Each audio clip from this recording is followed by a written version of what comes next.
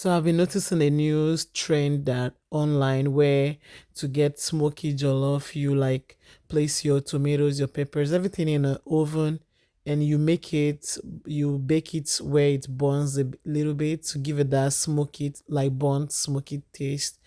And all these peppers, the peppers are from my garden, minus the garlic and tomatoes. Every other bell pepper, chili pepper, habanero, they all came from the garden, like our last planting season. So I just added sea salt, and they were using olive oil online. I just used canola oil, spray it over that. And I used the broil function because I noticed with broil function, everything, if you're trying to bake your meat too, if you use the broil function, it gets burnt quickly. I don't know, maybe it's kind of hot, maybe that's why. So I just did that until I was worried. I hope it's not gonna be bitter though, but no, there was no bitter taste. Honestly, I like the smell. I forgot to add onion. I had to add onion later. Put it back in the oven, bring it out, and I just yeah turned the back, did the same thing. Then I blended it. Blended everything. It's your garlic. It smells different. It gives a different taste, really. Yeah. So that was it. I blended it. It's so thick because most of the water is hydrated, right? When you are baking it. So for jollof rice, you always like to make this paste like real dry. You boil it until there's really no liquid in it. So I kept doing that until I got what I wanted. So I wanted to make chicken broth for chicken stock for the rice. So I took the wings, added salt, seasoning, onion, water. I didn't add peppers to this one, honestly. I just wanted to use the broth. Then I fried the chicken when it was done. So that's going to add some flavor into this oil. I'm going to use this oil to cook the rice. So I fried that. If I had meat too, I would have put like goat meat. Yeah, it gives it another kind of flavor too. But I only had chicken, so I fried that, take it out, right? Set it aside. That's the oil. So I'm gonna use oil on spades. I had yeah. So I added the oil back to a pot. These pots I've had them for 11 years. I have three of them like this. So I use them for whenever I want to do all this big bulk cooking. That's what I use them for. So I had my onion, my thyme leaves, bay leaf, you know, curry. I like to put them from this time because that way it releases more aroma. Then you had your tomato paste, and you fry until it's dry. You don't leave it again alone so it doesn't get. I don't like this one getting burnt, so I'm just gonna keep stirring until I make sure everything is very dry. You know, dry enough that it takes away that tangy taste. There's this taste, this sour taste. Now I'm gonna add the tomato, the ones I did from the oven, the one I baked in the oven. I'm adding the paste to it now. Then I'm gonna stir them together. I'm gonna cook until it's well dry. Add my seasoning and salt to give it some taste. Then I separated it into three plates, three equal parts, because I was gonna be cooking 5 pounds, 5 pounds of rice each. That's the chicken stock that I divided into three equal parts also. So I'm just gonna put them in each pot. Each pot has the same quantity of everything I'm doing, right? So I'm gonna take more than half and add it to the liquid stock in the pot.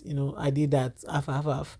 I always like to leave some tomato paste because most time when this stuff starts cooking it gets burnt, so you need more tomato to like give it the right color and taste.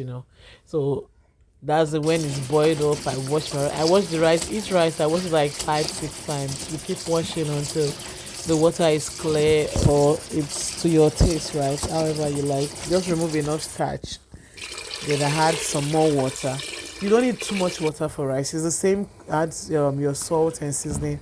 You just need the same quantity of rice and water, the same, because you need steam. Steam is what cooks jollof rice. That's just it.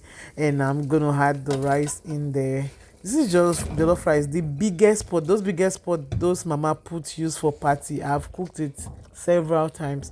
It's the same way.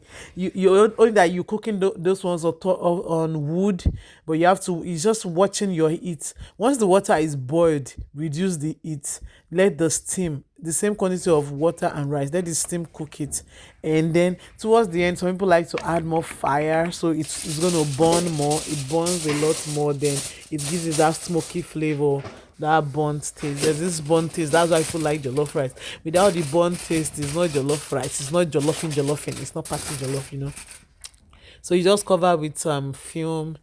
That's my cooler. I was going to use this cooler for it. I added some because I forgot to buy a nylon to. I don't want it to stay in the cooler, right? I just had to put those aluminum foil so that I don't stain the cooler. And I added some butter. This butter style. I used to add my butter at the beginning, but I saw this is what everybody's doing, so I'm just gonna copy them. We learn online every day. So this is the second pot. I was checking it too.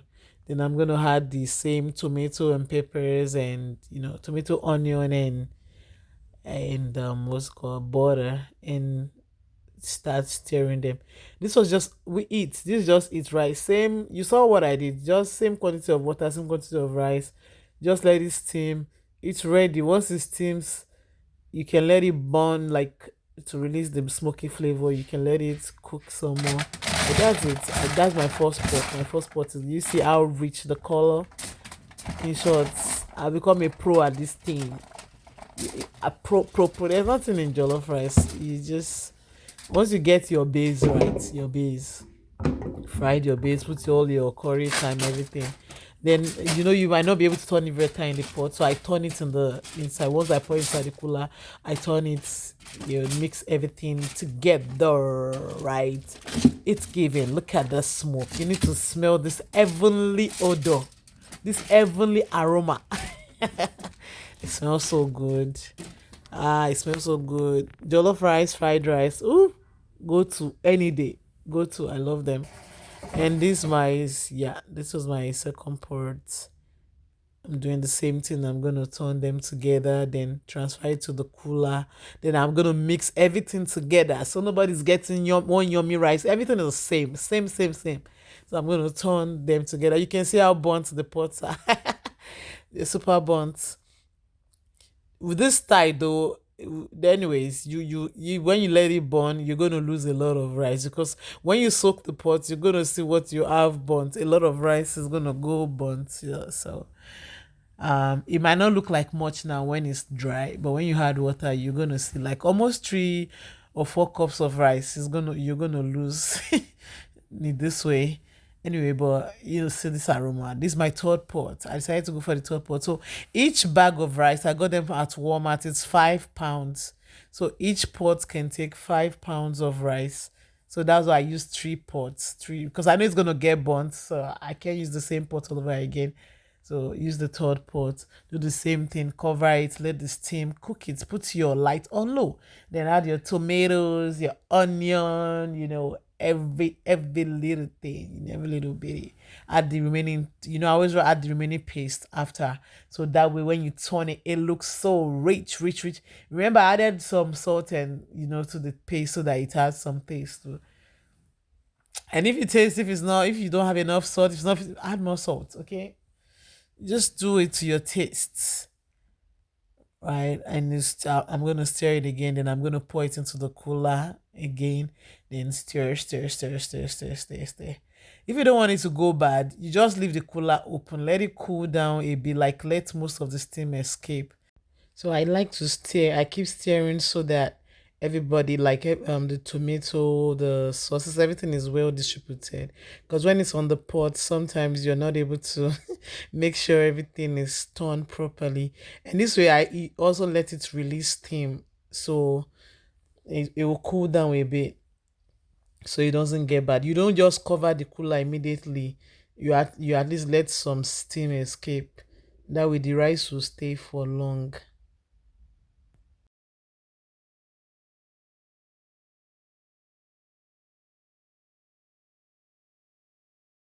Soak your pot. I soak the pot overnight. Then you just put your hand, do like that. You see, it just comes out easy, very easy. Pour it out. I told you by the time you do this, you're gonna see that um you will lose it like 3 to 4 cups of rice. Definitely, you're gonna lose that. But we love this jollof rice. We don't mind it burning.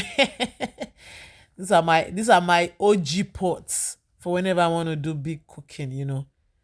My OGs for 11 years. Thank you for watching.